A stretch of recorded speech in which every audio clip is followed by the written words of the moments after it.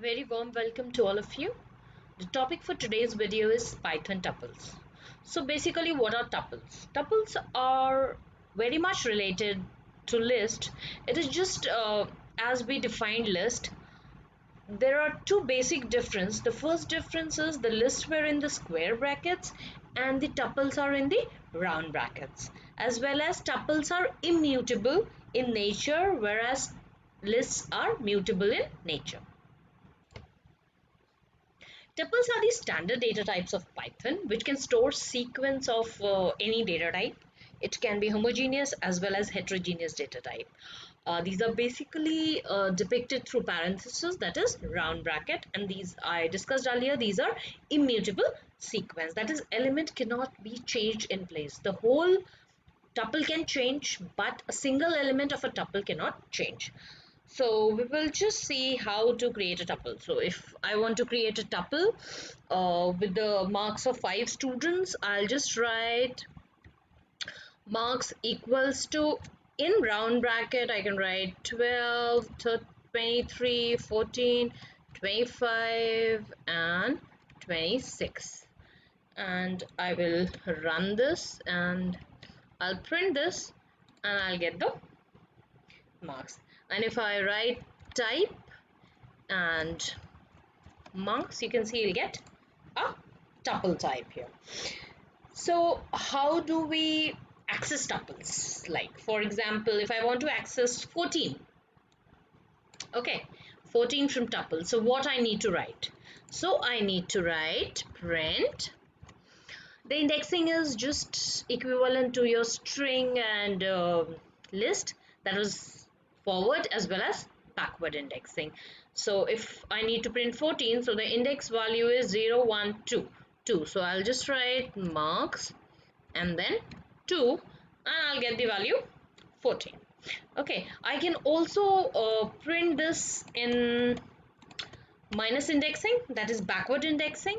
So it has to be -1, -2 and -3. So instead of this I'll be putting -3 and run.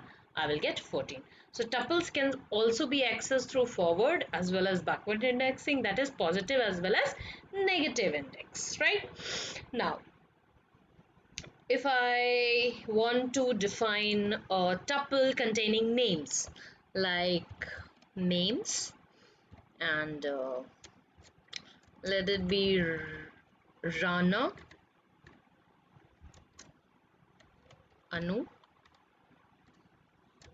Summer. Okay, there are 3 names and I want to print the name, right? So you'll get the 3 names. Now if I want to print Anu, what I need to write? I need to write 1 here and print. Now I want to print n of Anu.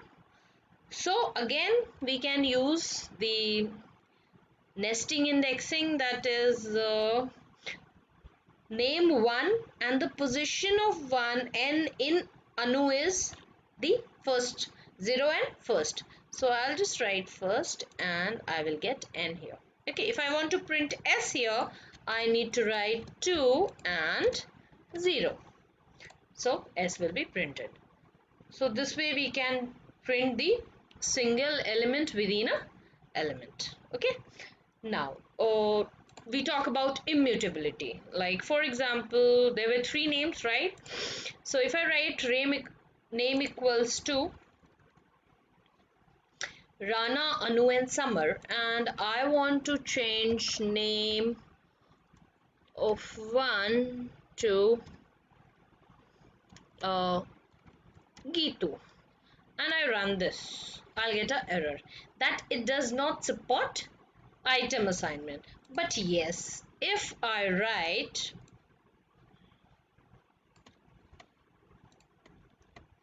I'm assigning a new value to it, like Samarita, Anumeha, Ronald, right? So if there is a new thing, I always can assign the new value. The total value has to be new. I cannot assign a single value to it. So this is called immutability. That means a single element of a tuple cannot be assigned. Okay, now we'll just see how to create different kinds of tuples. If you want to create an empty tuple, you need to write t equals to tuple, and you need to keep in mind that the t has to be small. Okay, and bracket print t. So here your empty tuple is created. Now if you want to create a tuple with single element, okay, so if you write t equals to within bracket 9, okay, and you will print t, it will run, it will not give you any problem. But when you write type t, the type is not of tuple type. So whenever you have to define a single element in a tuple, you need to keep in mind you cannot define it this way. You need to put a comma there. So now if you run this, the type of t will display it as tuple. Clear? So whenever you have to define a single element in a tuple, you need to write the parenthesis, the single element plus comma there. Okay, you cannot leave it without comma. If you leave it without comma, it will not create a tuple. It will be the value of integer type. Now if you have an existing sequence and you want to create a tuple, so like str equals to, let it be computer, and you need to create a tuple, so t equals to in small tuple bracket str, and now if you print t, you will get the single element as a tuple from the sequence. It can also happen with a list. So if you replace this with a list like 2 comma 5 comma 6 comma u, okay, and then run this will be replaced by the list. Okay, this can also be replaced by the keys of the dictionary, like for example, it is roll number 1 and the marks is 44, roll number 2 the marks is 34, roll number 3 the marks is 80, and I run this, I will get 1 2 3. So the keys are the elements of the tuple. One more way to create a tuple through input of the keyboard. Now how to create that? So for that we need to write t equals to tuple, and then you need to write input, enter the element of tuple, and then you need to write print t. So if I write water and print, I will get the elements. Now if you want that you should enter the tuple at the given time, you just need to replace this word tuple by eval.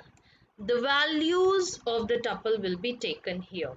So if you run like this and you write with the round bracket w comma 5 comma 6 comma l and then enter, these elements will be taken as it is given in the input.